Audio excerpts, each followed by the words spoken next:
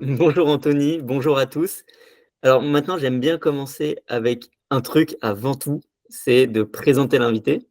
OK. Donc du coup, Salut. aujourd'hui, je suis avec Anthony Wess. Est-ce que je prononce bien le nom de famille? Ouais, il y a pas de problème, c'est bon. OK, Nickel. je suis avec Anthony Wess. Tu es pour ceux qui ne te connaissent pas, tu es coach sportif Mmh. depuis une quinzaine d'années, si je ne me trompe pas? Ouais, 12 ans exactement, ouais, 12 ans. Depuis 12 ans. Tu es également créateur de contenu, sur YouTube, sur, Instagram et TikTok et Mmh, tu fais des vidéos YouTube depuis assez longtemps. Je suis remonté sur ta chaîne, j'ai vu que tu faisais, des vlogs, il y a quelques années mmh. et puis plus récemment, ce qui fonctionne bien et ce que tu fais beaucoup, c'est des analyses de diète, des debunks de vidéos. J'ai toujours une connotation péjorative avec le terme debunk. Ouais, Ce que je fais, en fait, c'est que je regarde jamais, faut savoir que je regarde jamais aucune vidéo en amont avant de la filmer. C'est-à-dire que je joue le jeu et vraiment à chaque fois que je filme, c'est la toute première fois que je vois la vidéo, que ce soit les analyses de diète ou autre. Donc il se peut que j'en fasse une critique, positive comme négative, tu vois? Donc c'est pas forcément du debunk. Parfois, je peux dire aussi que, c'est très bien si tu prends certaines analyses de diète, bah, par exemple, je prends celle de, je crois que c'est la plus positive que j'ai vue, c'est celle de Nassim qui globalement était Nassim Saïli, pardon, où globalement j'avais pas grand-chose à dire, quoi. j'ai énormément de questions justement sur ces vidéos analyses de diète parce que je trouve qu'elles sont super intéressantes OK. et je vais rebondir directement sur ce que tu as dit. Tu as dit que tu regardes pas les vidéos en amont. Oui. Avant de faire ton analyse de diète. Mais du coup, est-ce que ça t'est déjà arrivé, après avoir tourné, de te rendre compte que tu t'es trompé, que tu as raté des informations ou que tu as mal analysé quelque chose? Non, pas sur cette série-là de vidéos, pas récemment. Ça a pu m'arriver, quelques années auparavant de commettre ce genre d'erreur, mais en fait, ça m'arrive plus parce que maintenant, je n'ai plus l'arrogance que j'avais il y a quelques années. C'est-à-dire que j'explique souvent ça, alors moins en vidéo parce que j'ai moins l'occasion de le faire comme sur les podcasts comme ça, mais je l'explique plus quand je suis face aux gens. À un moment donné, j'ai eu l'arrogance de penser que j'étais un expert. C'est-à-dire que vraiment, si tu me reprends il y a quelques années en arrière, j'ai vraiment cette arrogance, moi je juge ça comme de l'arrogance, de me dire que je suis expert en nutrition notamment. Et puis je me suis rendu compte en avançant et en continuant à approfondir mes connaissances notamment ces derniers temps, ces 2 dernières années, que je n'étais pas du tout un expert et que sans doute que je n'en serai jamais un. En tout cas, je me qualifierai jamais en tant qu'expert. Pour deux raisons. La première, c'est que la nutrition, c'est une science qui est très jeune et qui est en constante évolution. Donc, ce que l'on pense vrai aujourd'hui sera peut-être démontré, démonté, démontré, selon le sujet. Ça peut être démonté ou démontré comme partiellement faux.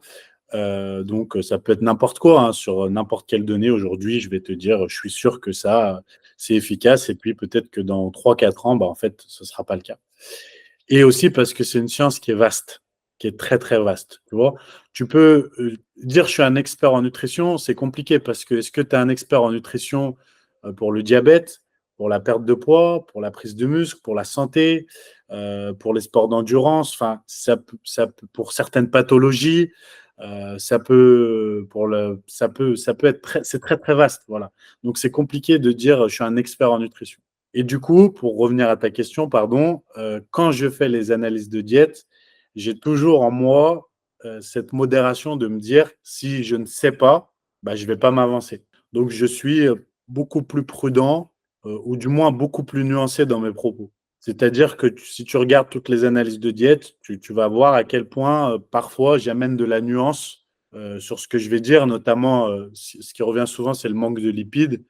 Et quand je vois, par exemple, une absence de lipides dès le début, je nuance toujours en disant, peut-être qu'on ne voit pas tout, peut-être qu'on ne sait pas tout, peut-être qu'il ne dit pas tout. Parce que voilà, en plus, souvent, les influenceurs qui jouent le jeu et qui répondent, parfois, vont se défendre comme ça. Est-ce que c'est vrai ou non? Après, ça leur appartient d'être honnête ou pas quand ils répondent. Mais ils vont te dire, bah, en fait, j'ai montré ça dans la vidéo, mais en fait, je fais pas ça, je fais plutôt ci. Tu vois, j'ai pas montré que je rajoutais, par exemple, de l'huile d'olive, et cetera, et cetera. Donc voilà, donc j'essaye toujours d'avoir, ce recul nécessaire, ce qui fait que je me trompe beaucoup moins parce que je suis beaucoup moins affirmatif, tu vois? C'est super intéressant ce que tu dis sur, l'arrogance. C'est que j'ai vu, un graphique là, tu vois, qui veut pas forcément dire quelque chose, mais que ça porte un nom. Ce truc-là où, au début, tu commences, tu sais rien. Mmh. tu apprends et tu as l'impression de tout savoir et puis après, en fait, tu te rends compte qu'au bout de quelques années, tu te rends compte que tu sais pas tout et tu repars un peu d'en bas, avant de remonter. Ça a un Oui. nom, je pense qu'il y en a plein qui l'auront, mais Si tu regardes bien, la plupart de ceux qui se prétendent experts, notamment dans leur bio, sur les réseaux sociaux ou quoi, ne le sont pas et sont beaucoup trop jeunes. Alors jeunes, c'est pas une question d'âge, c'est jeunes dans la pratique de leur domaine pour se prétendre expert. Et en plus, encore une fois, c'est très, très compliqué, tu vois.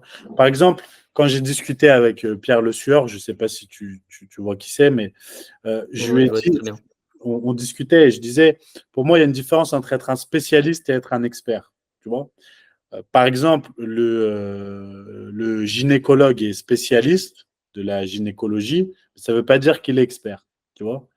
Donc, si tu me demandes en quoi je suis spécialiste, alors effectivement, je serai spécialiste en nutrition pour la transformation physique, pour la santé relativement, et pareil pour l'entraînement et l'endocrinologie. Ça ne veut pas dire que tu es un expert. Ça me fait tilt quand tu parles de, jeunes dans la pratique. Je sais qu'il y a quelqu'un il y en a d'autres, hein, sur internet qui font ce genre de vidéos réaction à un entraînement ou à de la Oui, nutrition et je pense particulièrement, je sais pas si tu le connais, Loukoum, oui, qui oui. a fait des vidéos aussi, dans de je sais pas si du coup je peux dire debunk, tu as dit que tu aimais pas le terme, mais je trouve qu'il est simple à utiliser. Il en a fait une sur moi d'ailleurs. Et il en a fait une sur toi et justement, est-ce que tu le ranges aussi justement dans ceux qui sont un peu plus jeunes dans leur pratique et qui du coup pensent savoir peut-être tu vois ce que je veux dire? Tu vois où je veux aller où je veux aller? Oui, alors en fait, tu vois, c'est marrant que tu parles de lui et ça va me permettre de m'exprimer un peu plus en C'est juste que détail. tu m'as fait tilt, ça j'ai un peu raccroché le C'est bien, parce que c'est vrai que j'ai jamais eu le temps d'expliquer un petit peu comment je voyais les choses vis-à-vis de ça. En fait, vraiment, moi, je prends ce genre de choses avec beaucoup d'humour et de sympathie. En fait, de sympathie ou de bienveillance. Parce que j'ai eu été à sa place. Alors, la seule différence, c'est que j'ai eu été à sa place dans la manière de me situer, c'est-à-dire de me penser expert et celui qui sait, alors que ce n'était pas le cas, donc plus jeune. Par contre, dans le procédé, j'aurais jamais agi de la même manière. Donc, la façon dont il pense et dont il raisonne, je la comprends. Par contre, les actions en elles-mêmes, je les trouve pas, je trouve pas ça sain.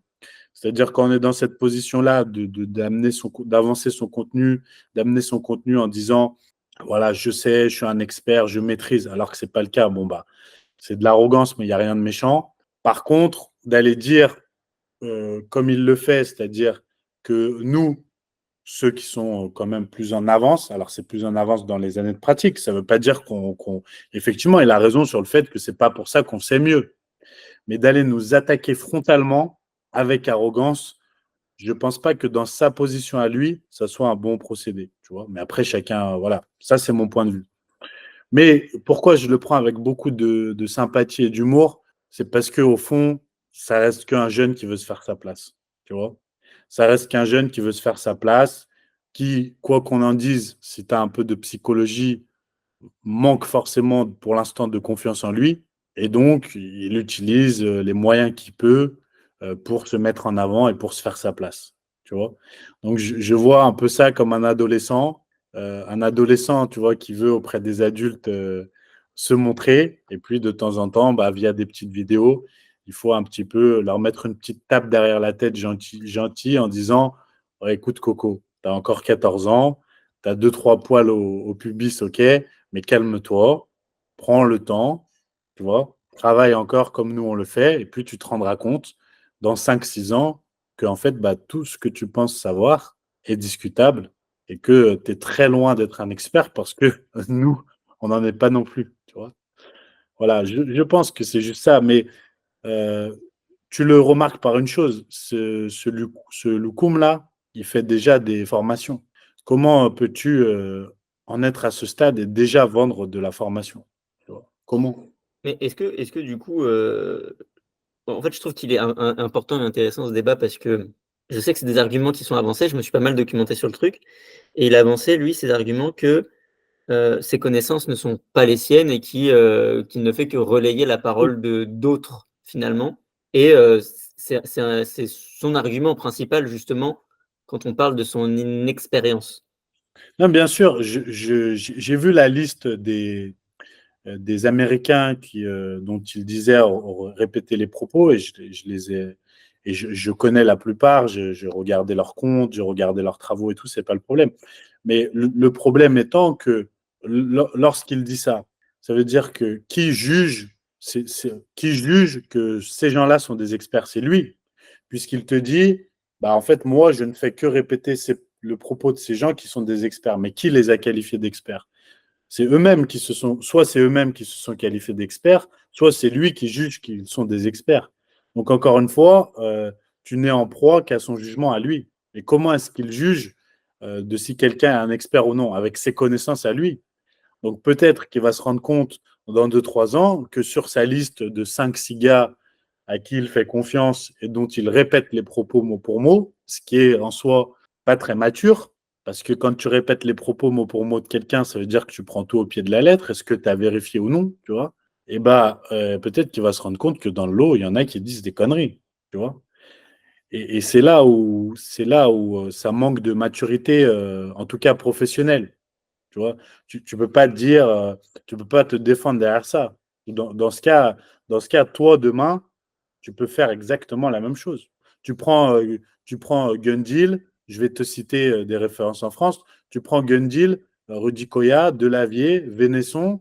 Allez, tu prends ces quatre-là, tu reprends tout ce qu'ils ont fait ces 10 dernières années et puis tu fais des vidéos en répétant mot pour mot. Puis tu mets Tu expert m'as dans. donné Et puis le jour où moi je t'attaque et je te dis, mais qu'est-ce que tu racontes? Bah attends, c'est Rudy Koya qui l'a dit. Ah oui, bah, tu vois, on peut pas, on peut ouais, pas fonctionner comme ça. tu m'as donné une idée, je vais prendre une intelligence artificielle, je vais l'entraîner avec, tous les discours de Oui, ces mecs-là et hop là. oui, mais on est dans une époque où c'est comme ça. Sauf que où est la supercherie? Ça fonctionne sur tes vidéos, mais le jour où moi je te paye et je te dis, bon, je te paye 100 euros par mois un coaching et je te confie ma santé. Là, tu fais comment si ta liste de 5 influenceurs, ils n'ont pas fait une vidéo sur mon cas à moi, tu vois? Je rencontre un problème quelconque et toi, bah, tu n'avais aucune vidéo sur ce cas-là. Et en fait, bah, finalement, tu n'as pas les connaissances puisque tu as passé ton temps à recracher du contenu qu'on t'a appris. Tu n'as pas acquis de réelle expérience, tu n'as pas les connaissances. Tu fais comment sur le terrain? Parce que ton métier, c'est pas de gagner des abonnés et d'avoir raison auprès des gens. Les gens, ils te payent pourquoi? Pour le résultat. Il est où le résultat après? Tu vois, c'est ce que je dis toujours. Bon, ok, tu es un expert, tu fais de bonnes vidéos, tu débats bien. Mais je ne vois pas les résultats des clients, ils sont où? Je ne vois pas d'avant-après. On voit des témoignages, mais bon, un témoignage, tu vas sur Canva, tu colles une photo, ça s'invente. On voit rien de concret, tu vois. Je ne vois rien de concret. Et ça me dérange, tu vois. Je comprends. Je te propose qu'on se recentre un petit peu plus Bien sur sûr. toi, sur ce que tu Oui, fais. Du coup, j'imagine que tes vidéos, elles ont quand même pas mal elles ont une bonne audience et elles doivent souvent arriver aux oreilles justement des concernés, de ceux qui, mangent, qui font leurs vidéos diète ou quoi. Je sais qu'en termes d'ego, c'est pas toujours facile de se faire critiquer. Est-ce que du coup, tu as déjà eu des remarques ou des, mauvais messages? Ou est-ce que tu as déjà eu des pressions des personnes sur qui tu fais les vidéos justement, d'arrêter ou de modifier ta vidéo ou de t'excuser ou peu importe? alors, dépression, non, jamais. Après, je pense que si tu me regardes suffisamment, ne serait-ce qu'un peu, tu vois que c'est une très mauvaise idée de faire pression sur moi, quelle qu'elle soit, hein, juridique ou quoi. Ça serait une très mauvaise idée que d'agir comme ça auprès de moi. C'est jamais arrivé. Après, ça peut Bon, arriver un après jour. juridique, si juste tu dis qu'il bouffe mal, je pense que ça va être difficile. Ouais, mais quelle que soit la pression, en fait, ce serait une très mauvaise idée d'essayer de me mettre la pression. Voilà, parce que je suis quelqu'un qui réagit extrêmement bien à la pression. Donc, ça me stimulerait plus qu'autre chose à là m'attaquer en détail à la personne, ce que je fais pas avec l'analyse. Mais si quelqu'un me mettait la pression, tu vois, ça me motiverait peut-être à venir chercher des choses que la personne aimerait dissimuler, tu vois. Donc, ce serait pas une bonne idée. Mais non, dans l'ensemble, j'ai eu vraiment beaucoup de retours positifs, vraiment.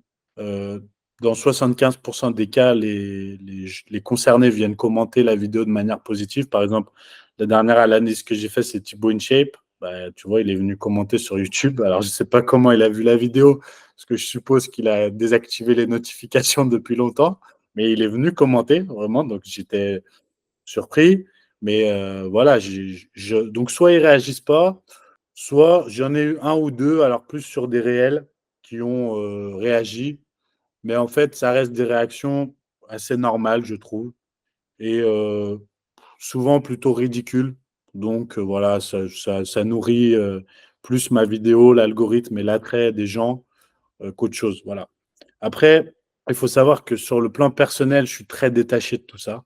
Parce que, alors, j'ai pas le succès de Nassim et tout ça, parce qu'en réalité, c'est très récent que je me concentre vraiment sur les réseaux sociaux. Et avant, j'ai juste fait mon business de coach sans chercher à faire des vues. Mais je suis sur les réseaux depuis longtemps. Donc, par contre, j'ai été dans la position de celui qui arrive et qui vient attaquer le business des anciens. Sauf que les anciens de mon époque, c'était pas les mêmes que moi. Les anciens de mon époque, c'était les bodybuilders purs et durs, tu vois, qui étaient coachs et à qui tu venais piquer le business, toi, petit jeune qui débarque sur les réseaux sociaux, des coachings en salle. De leur manière de voir les choses à l'ancienne, où la science, tout ça, on n'en a rien à faire. Et donc, c'était très violent.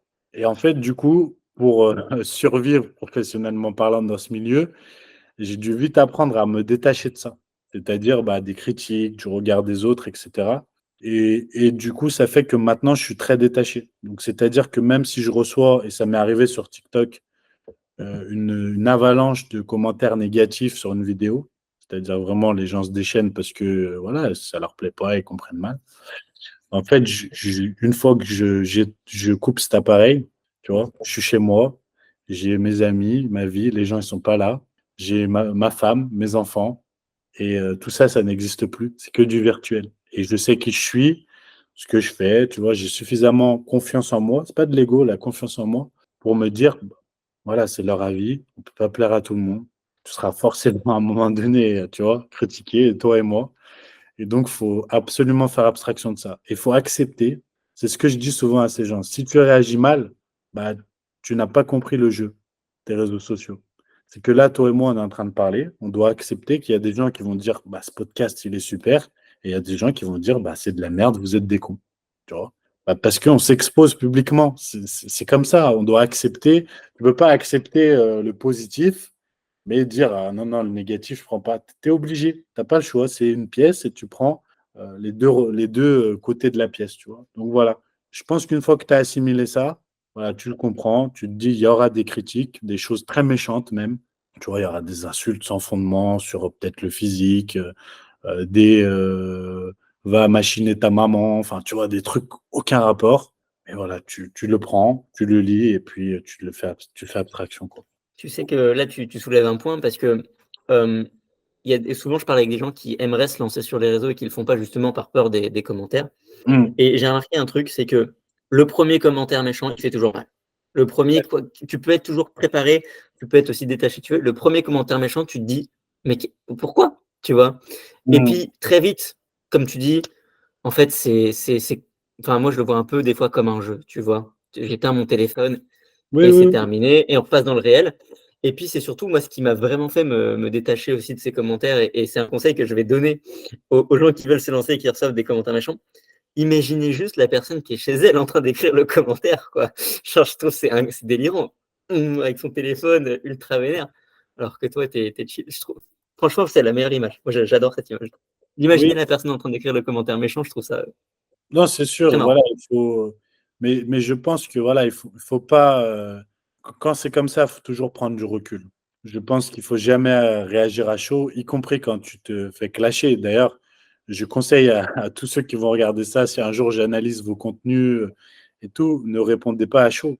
Parce que vous ne gagnerez jamais. Si pour vous, c'est un exercice que de détruire l'autre, il m'a clashé, donc je vais le détruire, tu ne gagneras jamais à chaud. La première réaction que tu vas avoir sera toujours mauvaise. Elle sera toujours dénuée de sens, en fait.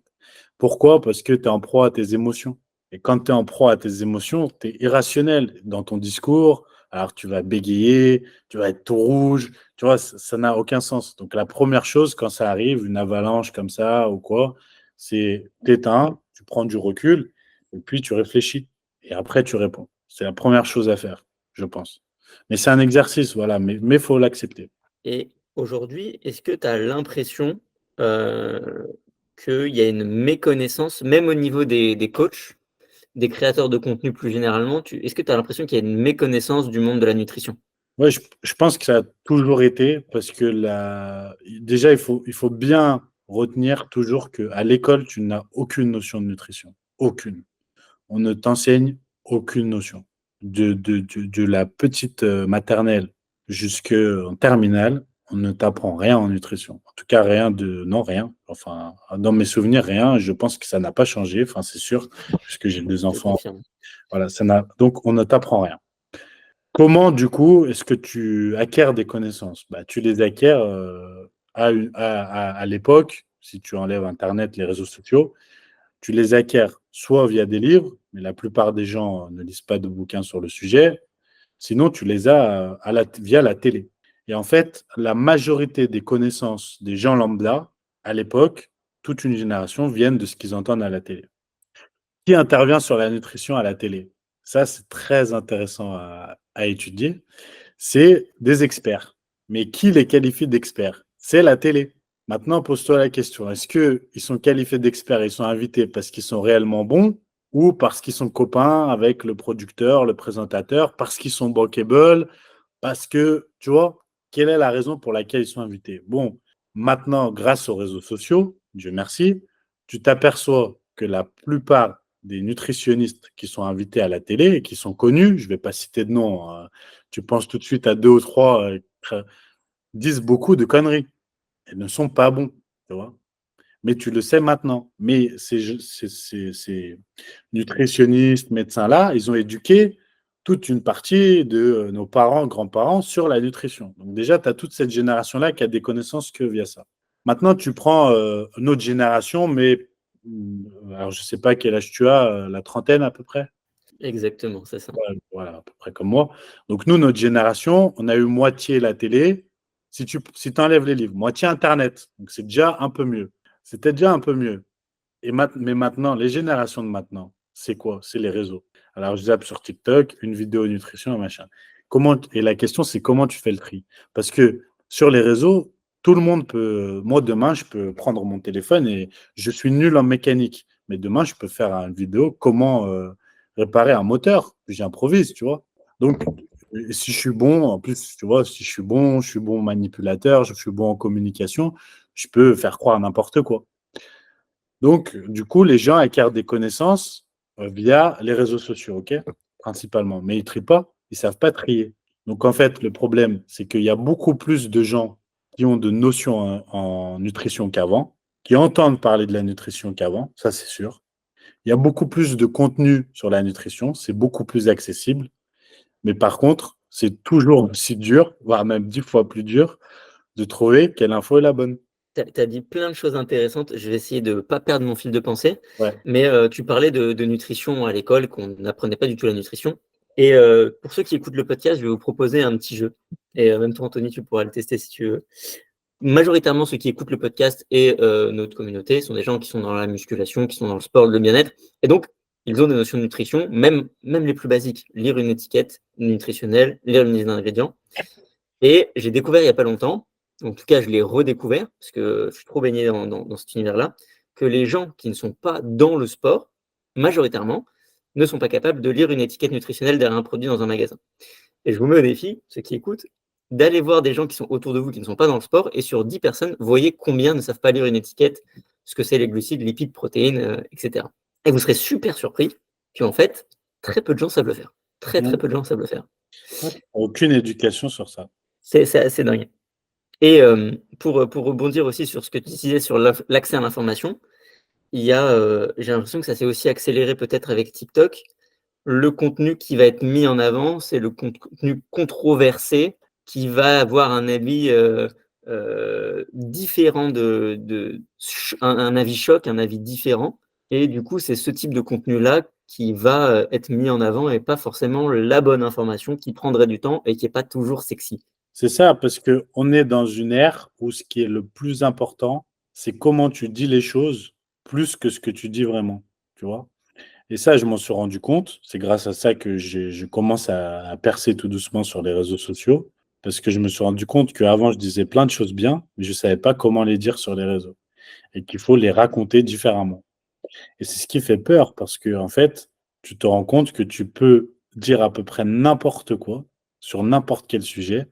Si tu sais comment le dire, comment le mettre en scène et utiliser les différents biais cognitifs pour persuader les gens, alors la majorité, il y en a qui seront plus ou moins avertis sur le sujet, mais bah, tu peux faire passer pratiquement n'importe quoi. Et on le voit tous les jours dans tous les domaines.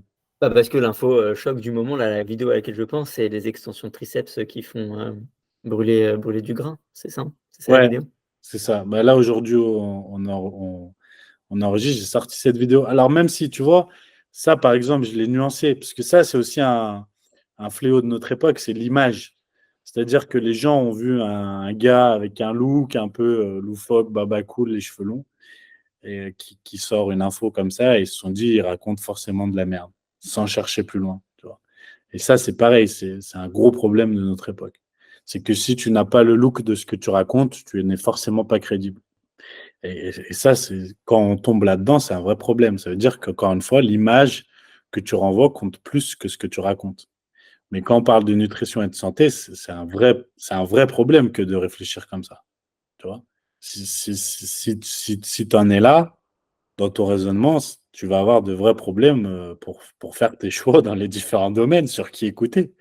Tu vois? Parce que et en musculation, plus qu'ailleurs, tu es dans la merde. Si tu écoutes toujours celui qui rend le mieux physiquement et qui est le plus musclé, tu vois? Je suis pas sûr que tu vas prendre le bon chemin au niveau de la santé, quoi. Mais ça me fait penser à quelque chose, je me positionne, je me dis, si demain je suis nouveau, je commence la salle de musculation et je commence à m'intéresser, aux réseaux sociaux, aux différents créateurs de contenu, tout le monde a des très bons arguments pour Mmh. avoir la bonne information et le tri est aujourd'hui beaucoup en fait, avant, on avait un problème d'accès à l'information, c'était difficile de trouver une information. Aujourd'hui, la difficulté, c'est de trier la bonne information. Quel conseil, par exemple, tu pourrais donner à quelqu'un qui justement, ne sait pas qui écouter finalement? Moi, je pense qu'on a perdu, une, notion fondamentale, c'est qu'avant, quand tu voulais acquérir des connaissances dans des domaines basiques, tu faisais quoi? Quelle est la première chose que tu faisais? Bah, soit tu lisais un livre, soit tu prenais quelqu'un, qui était expérimenté dans le domaine. Tu l'as dit, tu allais acheter un livre. Ouais, mais tu avais Ouais, pas ouais. quelqu'un de plus expérimenté. Tu allais acheter Ah un bah, livre, tu ouais, vois? ça allait Tu allais acheter un livre et à l'époque, les livres, en plus, c'était beaucoup plus dur à publier que maintenant. Donc tu sais qu'en général, lorsque tu trouvais un livre, tu avais pas un ramassis de conneries dedans, quoi. Tu pouvais trouver des livres avec des choses plus ou moins bien, mais sur la nutrition, au moins, la base était toujours, crédible et bonne et en fait, on a vraiment perdu ça. Ça veut dire que les gens te disent, bon, moi, souvent, j'ai des coachs qui me disent, voilà, je débute, je fais mon BPGEPS et tout ça. Comment j'acquiers plus d'informations? Quelle formation je suis? Mais achète un livre déjà, achète des livres ou ouvre un bouquin, tu vois? Tu as des gens qui ont fait d'excellents bouquins dans le domaine et je pense qu'on a vraiment perdu ça. Moi, j'ai une bibliothèque complète de livres sur le sujet et je ne les ai jamais, assez lus, tu vois? Chaque fois que j'en rouvre un qui a même, 10 ans, 12 ans, j'apprends bien plus qu'en regardant des réels sur, Instagram ou sur TikTok, tu vois? Donc je pense que c'est dommage vraiment qu'on ait perdu ça. Bien sûr qu'il y a d'excellentes, formations aujourd'hui et cetera, mais une formation, ça va te coûter, quoi? 300 €, 500 €. Un livre, c'est 30 €. Est-ce que tu te rends compte juste dans un de lavier, tout ce que tu as pour 30 €? Maintenant, combien on te vendrait une formation où tu aurais toutes les infos que tu as dans un de lavier? On te la vendrait 1 000 €. Alors tu aurais le CPF, mais bon, c'est 1 000 €. Tu vois? Et pour tu as tellement d'infos dans un livre et c'est mon plus grand regret, c'est enfin, je fais un peu le nostalgique quand je dis ça, mais j'espère que les gens, qui écouteront ça comprendront à quel point il est important de lire, en fait. Voilà, de lire. Donc si vous voulez plus de connaissances en nutrition, achetez des livres déjà sur le sujet. C'est vraiment la première des choses à faire. mais j'ai l'impression au-delà de ça, au-delà de la population lambda, au-delà, des plateaux télé, que même au sein des coachs, il y a une fissure. On a l'impression que la connaissance, elle a, ces dernières années, beaucoup plus été axée au niveau des coachs, hein, sur l'entraînement plutôt que sur la nutrition. J'ai l'impression qu'il y a un décalage de connaissances alors que, j'ai l'impression que ça va ensemble. Est-ce que tu le ressens ce décalage ou pas trop? Alors, en fait, non, c'est différent. Le problème de la nutrition, c'est que déjà, par rapport à l'entraînement, ce que tu dis est juste pour une raison. Il faut savoir que dans un BPGEPS ou une licence TAPS, donc les formations classiques de coach, tu as 90% d'anatomie, de biomécanique, d'entraînement et 10% de nutrition. Voire dans certaines écoles de BP, tu n'as pas du tout de nutrition. Donc déjà, tu pars du postulat que la majorité des coachs à l'école n'ont eu aucun cours en nutrition ou ont eu très peu de cours en nutrition. Donc déjà, ils partent avec une grosse avance en termes de connaissances sur l'entraînement. Ensuite, le problème de la nutrition, c'est que malheureusement, ça marche beaucoup par mode. Et les coachs ont beaucoup tendance à suivre ces modes. Donc, c'est-à-dire que là, par exemple, c'est la mode du régime carnivore en ce moment. À un moment, ça a été la mode du jeûne intermittent. Alors, même si c'est encore très à la mode, tu vois, ça continue. Avant, c'était la mode la diète flexible, même si ça continue, mais tu vois, c'était très, très, très à la mode. Après, avant, il y a toujours des modes. Le cétogène, nous, à notre époque, c'était le cétogène. Encore avant, moi, j'ai connu la chrononutrition. Je ne sais pas si certains ont connu, mais tu vois, ça, la chrononutrition, tu n'en entends plus parler. Mais moi, quand j'ai commencé la muscu, hein, pas le coaching, il y a 15 ans sur les forums, la chrononutrition, c'était l'apogée. Pour les gars, c'était génial. Tu vois, c'était la découverte absolue. Et en fait, ça marche par mode. Et quand tu es enfermé dans cette mode, en fait, cette mode, elle te vend quoi? Elle te vend un seul modèle sur la nutrition et une seule vérité. Bon, bah déjà, à partir de là, quand tu es dans un carquois comme ça, tes connaissances, tu es mort. Elles ne vont pas évoluer parce que tu es sûr de détenir la vérité absolue et le secret et tu ne vas pas approfondir. Donc, tu restes dans ta méthode et tu es fini. C'est ce qui est le cas, par exemple, de tous ceux qui ont fait bayésienne, qui est une formation hyper connue. Tu vois, donc j'ai rien contre eux. Hein. On pense que j'ai quelque chose contre eux. J'ai rien contre eux. C'est juste qu'ils ils ont tellement été bons à dire, mais nous, on a une formation à la pointe, avec toutes les dernières recherches, les dernières technologies, que tous ceux qui ont suivi cette formation se sont dit avec beaucoup d'arrogance. Alors certains en sont sortis, d'autres non. Bah, c'est bon, on a cette formation. Donc là, les gars, vous êtes tous en arrière et nous, on est au top. Et donc, ils ont ces connaissances de cette formation et ça s'arrête là. Tu vois. Et en fait, ça revient à ce qu'on a dit au début. Le danger, il est là. C'est que tu as l'impression d'être un expert, mais en fait, tu connais 2% de la nutrition. Donc, tu connais rien. Tu vois. Et le problème pour moi, il est plus là. C'est que si tu challenges la plupart des coachs, ils vont être très pointus dans une fenêtre, un domaine, mais si tu les en sors, ils sont morts, ils sont foutus. Et c'est la raison pour laquelle la plupart ne viennent pas débattre avec moi dans les commentaires et les réels. Tu n'as jamais de débat qui tienne la route. Jamais. Jamais. J'ai jamais eu aucun débat. Personne n'est venu débattre. Parce que ils en ont pas la capacité. Parce que dès que tu leur dis, bah, en fait, OK, tu fais ça, mais regarde, tu te trompes parce qu'il y a ça, ça, ça. En fait, ils n'ont aucune idée qu'il y a ça, ça, ça. Parce que pour eux, il n'y avait que ça et ça s'arrête là. Tu vois, ça s'arrête là. Voilà. Donc, on leur a dit, attention, je te dis une bêtise, trop de lipides, attention, les lipides, c'est le plus calorique. En plus, les lipides, c'est le seul nutriment forcément qui se met directement en graisse parce que tu n'as pas de mécanisme de conversion comme les glucides doivent se convertir en graisse, ça demande de l'énergie ou les protéines. Donc, leur dit les lipides. Donc, tout de suite, ils te disent, bah, hop, je fais une diète, allez hop, les lipides, je réduis au minimum. Et tu viens leur expliquer. Et là, ils sont, ah mince.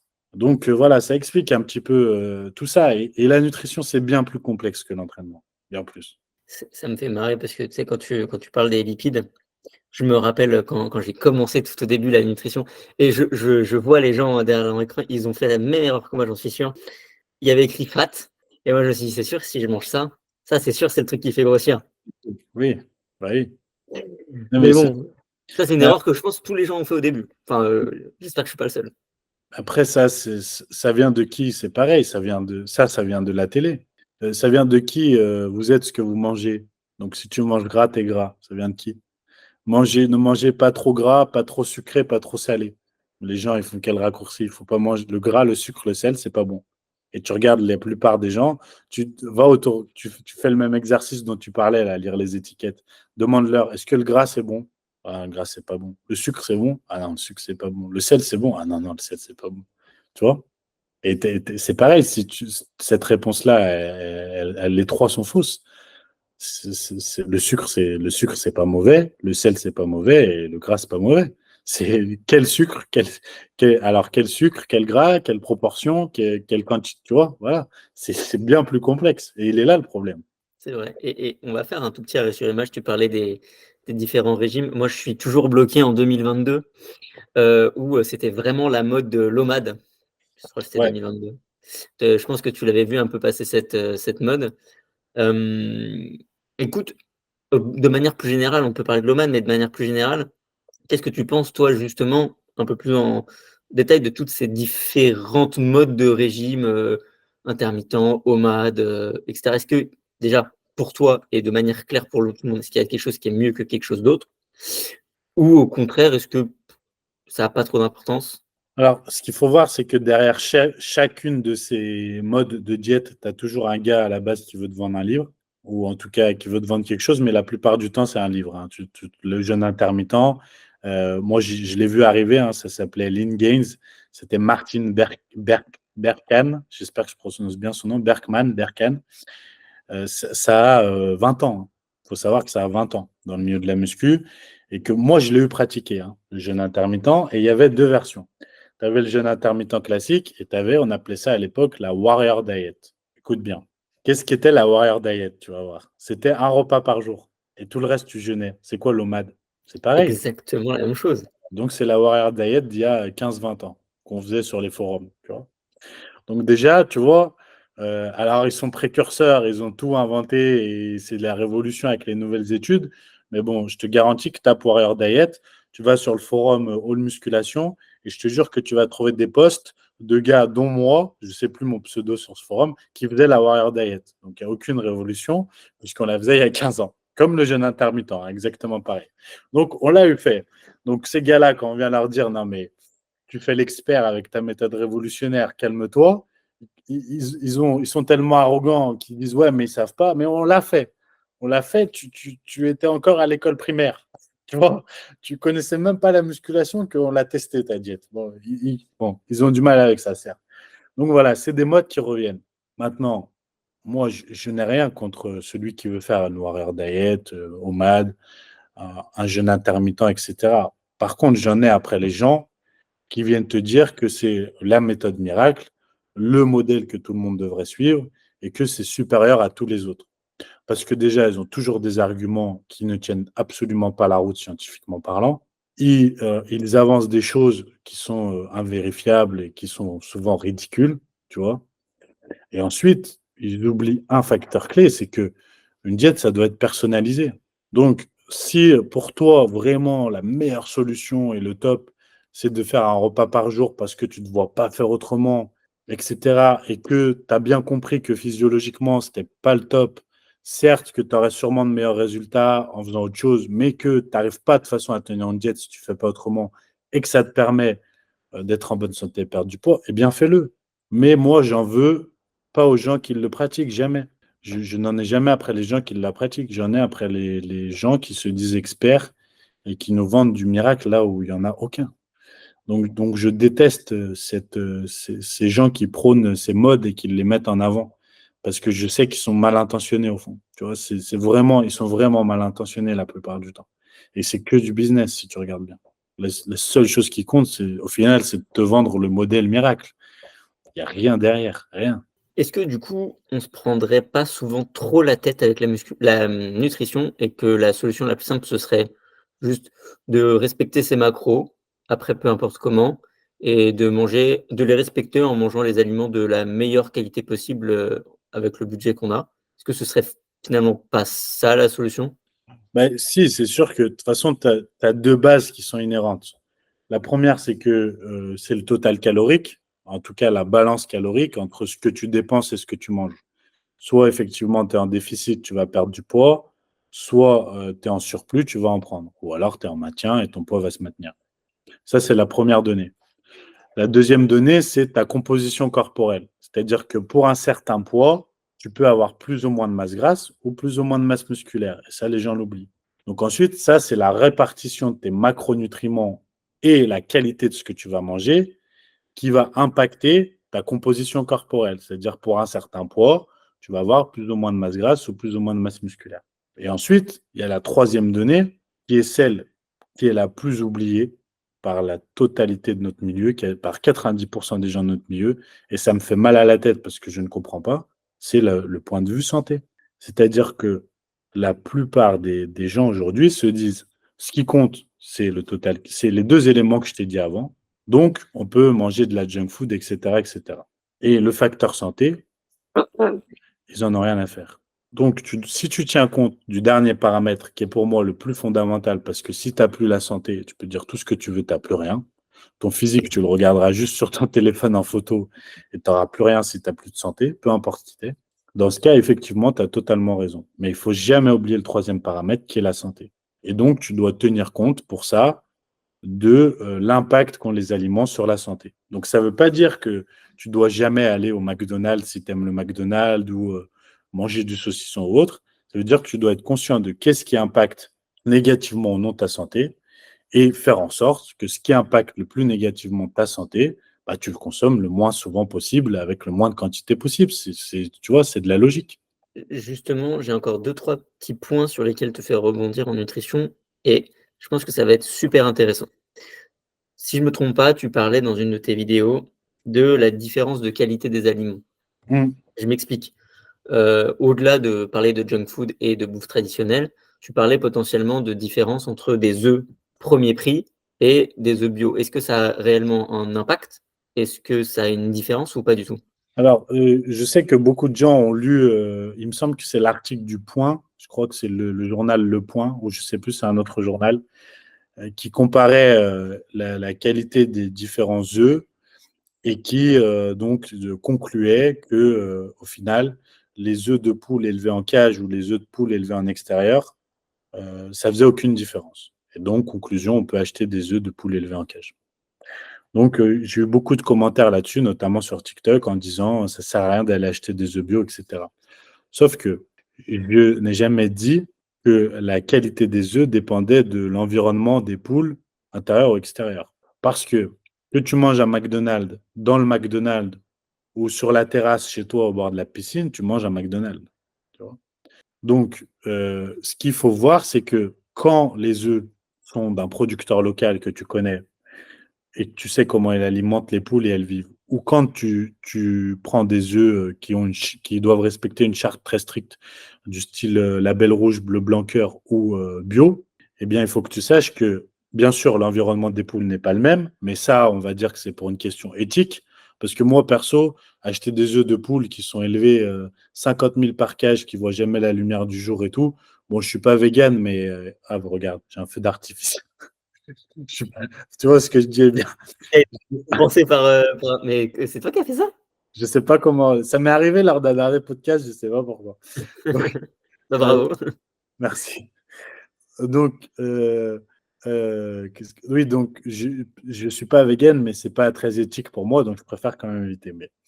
Mais au-delà de ça, euh, il faut bien comprendre que l'alimentation des poules va impacter la qualité des œufs derrière. En fait, c'est l'alimentation, c'est un tout. C'est pas seulement comment elles sont élevées. Donc, je conseille aux gens de consommer des œufs, effectivement, de poules qui ont été correctement nourris avec une alimentation enrichie en oméga 3, si possible. Mais ce sera le cas aussi pour le poulet que tu manges, pour le bœuf que tu manges, pour le lait que tu bois. Voilà, même s'il y a des études, effectivement, qui viennent à controverser ça, écoute, avançons et peut-être que je dirai le contraire dans 2 ans, comme je l'ai dit, voilà, mais pour l'instant, je dis effectivement ça. Écoute Anthony, moi j'ai fait, le tour de la majorité des questions que j'avais pour toi aujourd'hui. Ok. Je sais pas si j'ai et s'il y a un sujet que tu aurais aimé qu'on traite ensemble et qu'on n'a pas traité. On a beaucoup parlé de nutrition parce que ça m'intéressait beaucoup, mais est-ce qu'il y a des sujets que tu voulais qu'on aborde et qu'on n'a pas abordés? Non, bah après, je pense qu'on a fait un tour global et que ça permet voilà, d'étoffer un peu plus que quand on le fait sur les réseaux sociaux où c'est vrai que je regrette parfois que ça aille très vite, il faut aller très vite et donc c'est compliqué. Mais non, je pense qu'on a fait le tour. Après, c'est plus toi s'il y avait des sujets que tu voulais évoquer, des questions ou autres. Mais moi, personnellement, je parle tellement déjà que. Non, mais c'est parfait. Écoute, en plus, ça laissera l'opportunité d'un second épisode si d'autres sujets il y a, à l'avenir. En tout cas, tu seras le bienvenu, sur le podcast. Avec plaisir. Un grand merci à toi pour l'invitation et puis merci à tous ceux qui vont écouter. Je vous remercie d'avoir, à tous écouté le podcast. Je vous invite à mettre 5 étoiles sur Spotify si vous l'avez apprécié. N'hésitez pas à mettre un commentaire dessus, à aller suivre Anthony sur ses réseaux, donc ils seront marqués sur le podcast évidemment. Et puis voilà, je vous remercie. Je te remercie Anthony d'avoir participé au podcast. Bah, merci beaucoup à toi pour l'invitation. C'était un plaisir et puis à très bientôt. À très bientôt.